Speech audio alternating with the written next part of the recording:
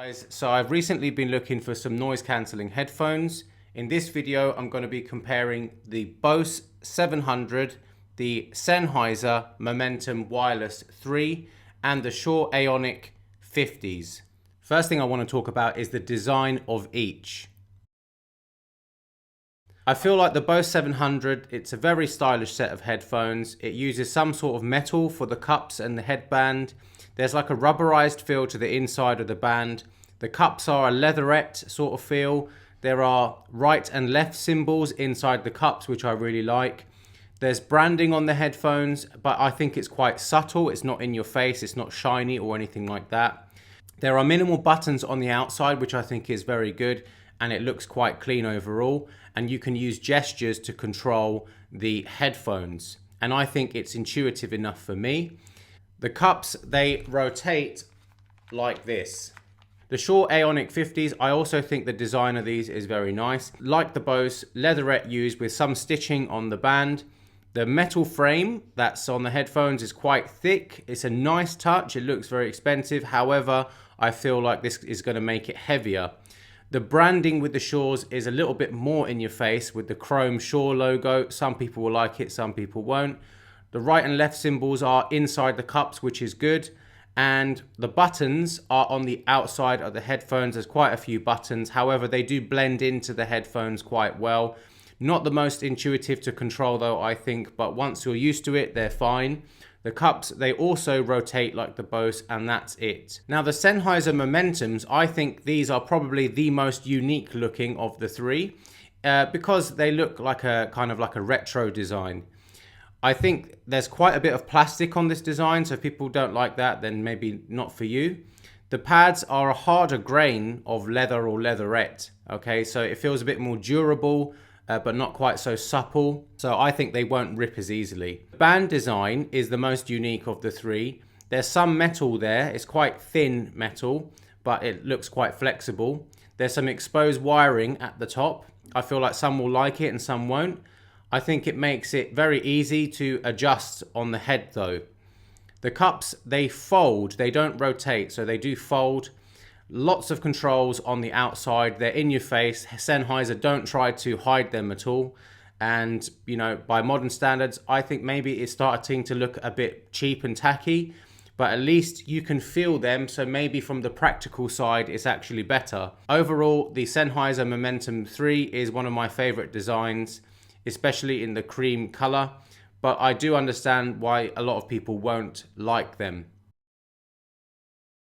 In terms of the cases, the Bose 700 for me is my pick of the bunch. It's a slim case, it's compact, it's like a leatherette feel, very easy to store the headphones, I think. There's a little compartment in there for the wires. I also think it's the most simple case and the most practical. The Sennheiser, that comes in second best, I think. It's a circular design. It's a bit deep though, and but there is a pouch inside to store some extra stuff. For me, the Shure is the worst of the bunch though. I think that, you know, it's such a big case, you could probably put like a dinner plate in there or something like that along with your headphones. I don't think it's designed to save any space at all. If you travel a lot with your headphones, then perhaps you should think twice about the Shures.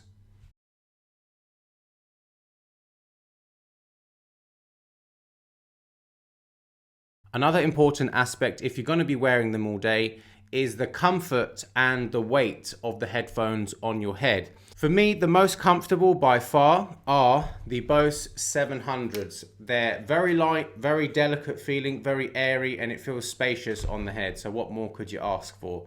The next most comfortable for me would be the Sennheiser Momentum 3s. They're also quite light feeling on the head, but I feel like the Bose feels lighter on the head. But the thing is, the headband, these little ridges on the headband, you kind of know that they're there. It's not uncomfortable per se, but it feels like you know that they're there. The other good thing is the cups, they wrap round your ears and they don't seem to get hot, which is a good thing. For me, the least comfortable of the three is the Shure Aonic 50. The ear cutouts, they're far too small for my big ears. The headphones, they also feel like they're getting a bit hot on my head when I tested them. And also there's a lot of clamp force on the headphones. So I don't think it's going to be very comfortable to wear for extended periods. Overall, I think the design needs a little bit of refinement if they want to target comfort. The most important part of this review is which one sounds the best. Now, I'm going to discuss sound quality here, and I'm going to be using the stock headphone settings because, of course, you can EQ them to set the tonal balance as you like. But I know a lot of people won't bother changing the EQ and they'll just listen to them as standard. So this is the sound that you're going to get out of the box. So let's start with the Shure Aonic 50. Now I made some notes about these headphones, so let's read those notes. So I've written here, the sound out of the box definitely lacks bass below about 50 Hertz. A lot of music can feel like it's missing its foundation. In hip hop music, you'll feel like the music is missing the beat a bit and it doesn't get me dancing. There you go. I think where the Shure does well is with acoustic music. Acoustic music typically has less bass, especially sub bass, than modern music that's produced on computers. And also, I would say, for example, the jazz genre, I think the Shures they do a respectable job with this style of music. The trebles and the upper partials do sound a little bit exaggerated with the Shures, and it gives the headphones a kind of light floaty sound. The mids can sound a little bit light on texture. With dance and electronic music, more modern recordings in general, they have a tendency to go sibilant and make a hiss noise, like a sort of sound when things get quite high, or if there's cymbals, for example, or hi-hat, let's say, in the mix. Some will like these headphones, but overall I think these headphones are genre specific, so they'll sound better with certain genres and not so much out with others. And out of the box, I think they lack a bit of balance. Moving on to the Sennheiser Momentum now. Again, here are my notes. I've written here, Sennheiser have changed how these headphones sound, coming from the Momentum 2, which I do also own. There is way too much bass with the stock EQ for my liking. The beats literally pound your ears and music in general lacks balance. I know some people will really like this, so that's good for you if you like that. And in some genres like hip hop music, it makes the music more fun to listen to.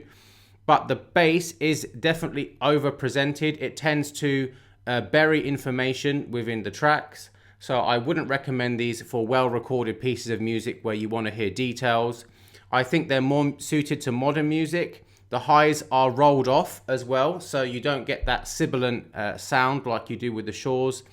I don't think they're very suited to pre-90s music, when music was recorded typically with real instruments rather than DAW software. If we exclude the bass, the overall sound is quite meaty and fleshy.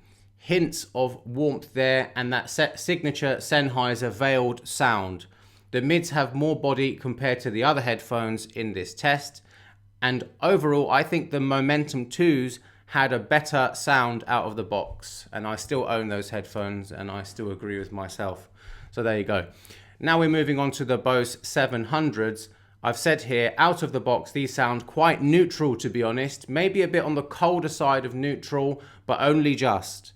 It has more bass than the Shures, less bass than the Sennheisers, but the bass is in much better balance overall. Some people might describe these headphones as not having much character. But if you play some well-recorded music, the character of the music will shine through these headphones. You just have to find the right music. I think they sparkle a little bit less than the Shures, and it gives you the sensation that the Shures have slightly more detail, but at the same time the Shures can sound a bit thin, and yet the Bose sounds better in that regard. I'd put that down to EQ, so if you muck about with the EQ, you can probably get the Bose and the Shure sounding quite similar in my opinion. Overall, I would say that if you listen to a wide variety of music, then the Bose 700 actually does the best job in this test. I would still rate my Momentum 2s as the best all-rounder for sound, but this video is not about the Momentum 2s, so we'll disregard that. Now, another quick point about sound quality is the sound stage. Now, I tried to test sound stage with these headphones, and to be honest, They're all around the same sort of level. Not one of these headphones truly shines above the other. There is a lot of trickery to soundstage. Like for example, you could boost the sub bass, or you could boost the trebles above 6 kilohertz, which adds a little bit of like presence to the sound. You know, so if you do that sort of stuff, you can make it sound like the sound is a bit more spacious and like live and less in your head. But at the end of the day, these headphones, they don't compare to proper open back headphones, you know, like the Sennheiser, like these headphones. So they won't compare to something like these, like the Sennheiser HD800s. Of course, they're not going to compare to something like that when it comes to soundstage. Overall, I think all these headphones are about the same level. And if you can live with that, then I think you'll be happy.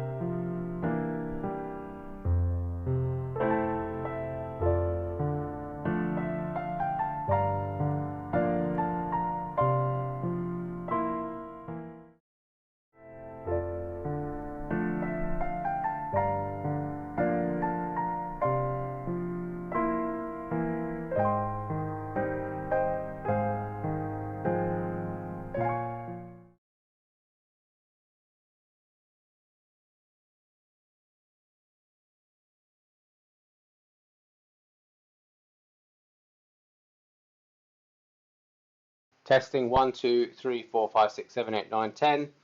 This is the Shure Aonic 50. This is what it sounds like when talking. Now let's add some ambient noise. Ambient noise. Hello. That's that one. And now let's listen to silence. Sennheiser Momentum. Doing a recording. Testing 1, 2, 3, 4, 5, 6, 7, 8, 9, 10. This is what the call quality will sound like. And here's some ambient noise. Can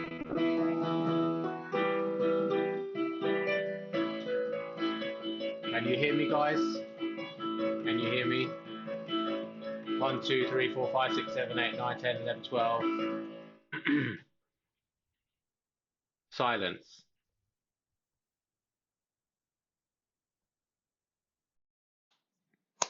I'm now testing with the Bose 700 microphone test. 1, 2, 3, 4, 5, 6, 7, 8, 9, 10. And now with ambient noise. Testing 1, 2, 3, 4, 5, 6, 7, 8, 9, 10. Testing 1, 2, 3, 4, 5, 6, 7, 8, 9, 10. Testing 1, 2, 3, 4. Testing 1, 2, 3, 4, 5, 6, 7, 8, 9, 10. 1, 2, 1, 2, 1, 2, 1, 2, 1, 2. Silence.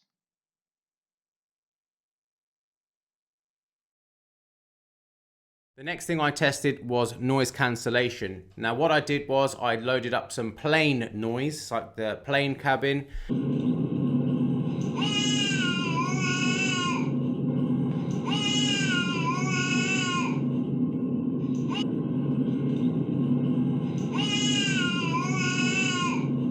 And overall, I feel like when I had the headphones on, the Bose 700 was the clear winner of the three.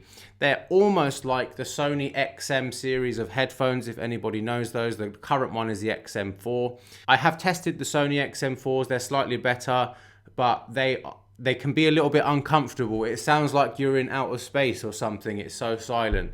So, and it kind of makes you feel trapped in your head. Whereas with the Bose, I don't get any of that. And I also get some good noise cancellation as well. The Sennheisers, I felt, were the second best in the test, very close to the Bose 700s. And the Shures were absolutely the worst. It's as simple as that. They weren't as good as the Sennheisers, and from the Bose, a long way away. The next thing I tested was low latency over wireless. Now, why is that important? If you're playing games, for instance, you want the audio and the video to sync up, or if you're watching videos, you want if I'm speaking to you, you want the audio to be synced up with the video. Otherwise, it looks a bit weird. So I ran these tests with the 3 headphones, and quite simply, I found no noticeable lag over Bluetooth with my device with all 3 headphones. So I don't think that's going to present much of a problem. Now, let's conclude this and let's talk about why you would buy each of these headphones. The first thing I want to say is that all the headphones, they do share some features. For example, they all have USB-C charging, and they all have more battery life than you're probably going to need, more than your phone or tablet. So that's fine. But here are the main reasons I think to consider each one of these headphones. So let's start with the Shures. If you're buying the Shures, I think you're probably going to buy them because you like the design or the brand. You think they're stylish, more stylish than the others. The other big reason I think is the Shures they have all the codecs. So the aptexes, the LDACs, the aptex HDs. The Shure has them all. And the worst of the bunch is the Bose in that regard. The Bose only supports 3 or 4 of those codecs. And I think that's the Shure's killer feature.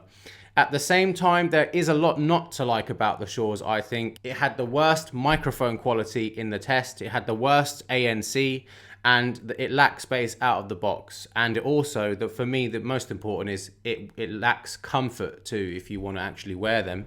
So, but that's for my big head, maybe not for you. Now, the Sennheisers, why would you consider the Sennheisers? I think if you buy them, you definitely like the brand as well. You're kind of like into your audio perhaps, but also because they look quite retro. There's nothing really like these headphones, you know, if you think about the design, if you think about that sort of stuff.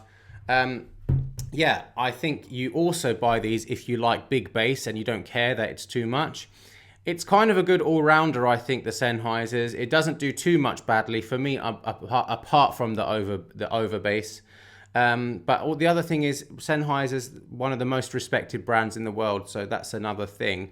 One thing that kind of annoyed me about these Sennheisers is that every time you open them, you know, it turns it on, and I don't always want that. So, you know, that was really annoying. I didn't figure a way to turn that feature off. Now, finally, why would you buy the Bose? Here's the Bose. Well, first of all, I think that you buy them because you like the design, because they're very minimalist and they're quite high quality materials. I think mainly you buy them because you love the ANC. The ANC, I think, is the best all-round performer, and they're very, very comfortable, guys. For me, the most comfortable headphones I've probably ever tested in my life. They're light and airy feeling. The mic quality was also the best, a little bit better than the Sennheisers, but it was close. But the big thing is it rejects ambient noise very, very well. So if you're doing online meetings and you're putting these on your head, or work calls or something like that, I think it's really useful for that.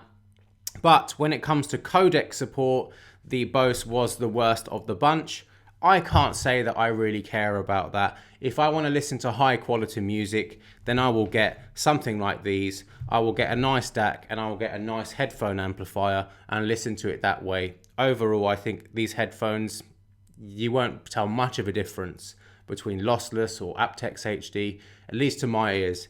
So yes, that's the end of the review. This is Man Discovers Tech. Hope you enjoyed this video. See you next time. Make sure you subscribe if you liked it. Now you subscribe or I smash you.